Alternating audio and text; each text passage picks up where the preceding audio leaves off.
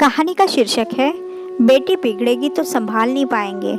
सार्थक और गायत्री में बहस छिड़ गई। आज गायत्री का सब्र का बांध टूट गया। सार्थक ने जैसे ही उसके पापा का नाम लेकर उसे ताना दिया कि दिया ही क्या है तेरे बाप ने। गायत्री ने 6 साल तक बर्दाश्त किया, आज वो टूट गई। रोज सुन सुनकर कि दिया ही क्या है तेरे बाप ने, वो टेबल पर पड़े ग्लास को जोर से नीचे पटक कर बोली, जिस बर्तन में खाना बन रहा है वो मेरे बाप का है। जिस सोफे पर टांग फैलाकर सब पसरे हुए हो वो मेरे बाप ने दिया है। तभी सार्थक की माँ और दादी आ गई। बोली, ये क्या तमीज़ है पति से बात करने की। सब गायत्री पर चढ़ पड़ी। गायत्री की आंखें डबडबाई थी, फिर भी उसने आंसू को दबा दिया और बोल पड़ी, बस माँ आप अब चुप रहिए। और दादी, आपकी हाथ जोड़ती हूँ, अब आप लोग कुछ न बोलिए।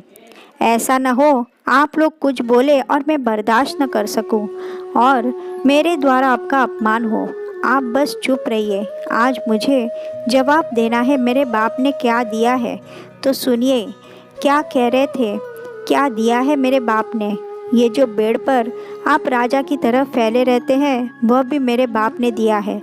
तुम्हारे पूरे खानदान को ब्रांडेड कपड़े दिए थे। सार्थक की माँ बोलने लगती है, संस्कार यही मिले हैं, पति से जुबान लड़ाओ। बिल्कुल सही आपने कहा माँ, मेरे संस्कार खराब है। मेरे पिता का आए दिन अपमान होता है, मैं चुपचाप सुनती हूँ। बिल्कुल मैं बुरी हूँ।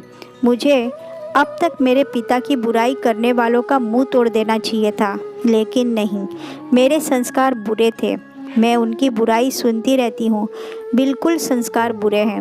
इतना सब सुनने के बाद भी मैं यहाँ के लोगों को खाना बनाकर खिलाती हूँ, झाड़ू पोछा करती हूँ, दादी का पैर भी मालिश करती हूँ। वाकई मेरे संस्कार बुरे हैं। इतना सब करने के बाद भी मैं कुछ नहीं करती। मेरे भाई बाप बुरे हैं।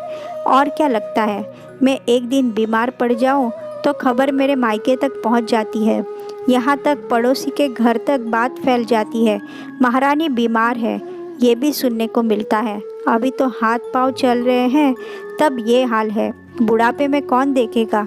एक बात बताइए, जिस पड़ोसी से आप ये सब कहते हो क्या वो पड़ोसी आपका बुढ़ापा पार कर लगा देगा? छोटी छोटी बातों पर मेरे मायके तक बात पहुंच जाती है। क्या आपको अभी भी लगता है मेरे बाप ने क्या दिया है? तो मेरे बाप ने सुनिए क्या दिया है। मेरे बाप ने जीती जागती इंसान बेटी दिया है, जो दिन रात पशुओं की तरह खटती रहती है, आपकी और आपके बेटे को चाकरी करती है और ताने भी सुनती है। अगर सुनना बंद कर दे तो बाप की गाली भी सुनती है। मेरे बाप ने ये दिया है, दिन भर काम करने के लिए बहू, ताने कसने के लिए फलाने की बेटी। और कैसे आप लोगों को लगता है फलाने की बहू अच्छी है, आपकी नहीं। चुगली बंद करिए, अपने घर पर ध्यान दीजिए। देखिए आखिर चल क्या रहा है, आपका भी घर स्वर्ग ही होगा। रही बात आपका ध्यान मुझे ही देना है, कोई वृद्धाश्रम नहीं जाता। बहू को जिंदा जलाने जितना आसान नहीं है। आप भी अपनी औलाद को उठने बैठने का तरीका सिखाओ।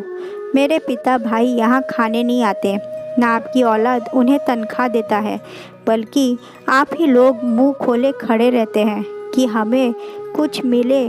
तो अब आपकी और आपके बेटे की भलाई इसी में है। सुधर जाइए, वरना एक बेटी बिगड़ेगी तो संभाल नहीं पाएंगे आप लोग। कमरे में सन्नाटा फैल गया। गायत्री रुंधे गले से गिलास उठाकर रसोई की तरफ चली गई।